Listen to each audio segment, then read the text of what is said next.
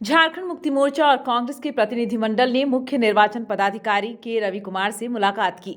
आदर्श आचार संहिता उल्लंघन और गोड्डा के एनडीए उम्मीदवार निशिकांत दुबे और निर्दलीय उम्मीदवार अभिषेक आनंद झा के विरुद्ध शिकायत दर्ज कराया है।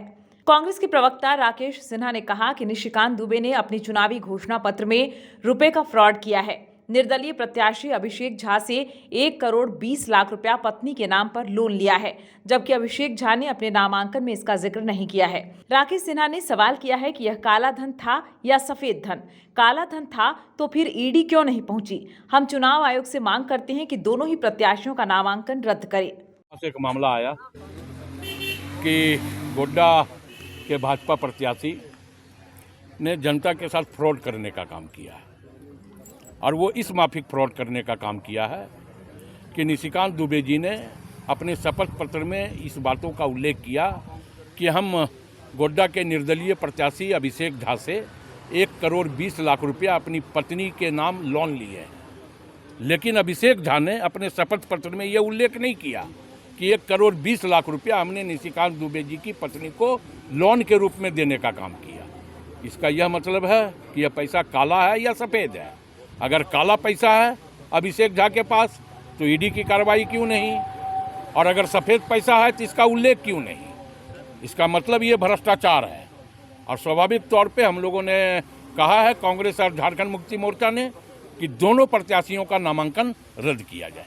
वहीं जेएमएम के जिलाध्यक्ष ने कहा कि भाजपा द्वारा चुनाव के दिन वोटरों को वोटर स्लिप पर्ची में 400 पार का स्लोगन लिखा बांटा गया।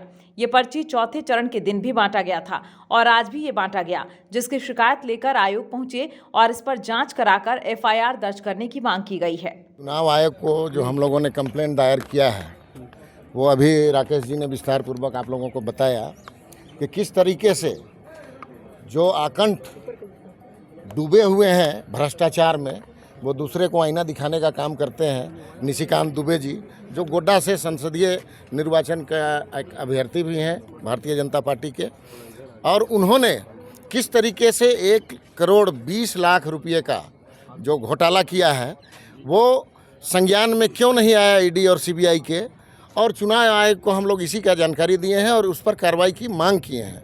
दूसरी तरफ पिछले दिनों हम लोग यहाँ पर आपके माध्यम से भी सबों को पता हुआ है कि 400 पार का नारा के साथ एक वोटर पहचान पत्र का जो आईडी का जो ये लोग पूरे झारखंड में पिछले दिनों जो 4 लोकसभा में चुनाव हुआ था उसमें इन लोगों ने इसको भारतीय फर्जी ये जमा करके और वोटरों को रिझाने का काम किया और वोटर चुनाव केंद्र जहाँ जहाँ है वहाँ पर देने का काम किया था।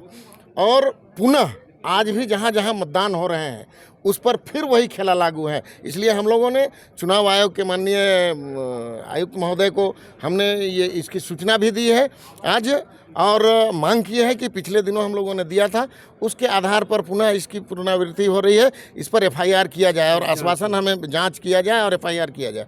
तो हमें आश्वासन भी मिला है और जांच शायद शुरू हो गया है और एफआईआर भी हो रहा है। न्यूज़ विंग के लिए रांची से मनीष झा की रिपोर्ट। कमाल करते हो जी, बच्चे घूमने की इतनी जिद कर रहे हैं और तुम हो कि तुम्हें फुर्सत ही नहीं मिल रही। अब इतनी गर्मी में जाए तो जाए कहाँ? इस गर्मी में मस्ती और फन का आ गया है परफेक्ट डेस्टिनेशन, वाइल्ड वादी, जहाँ है water park, bird park, flower park, trampoline park, amusement park, 250 feet लंबा, जिप लाइन और क्रिकेट स्टिमुलेशन का खूबसूरत नजारा। वाइल्ड वादी, 10 माइल चौक, रांची। वाइल्ड वादी यानी अनलिमिटेड फन और अनलिमिटेड मस्ती।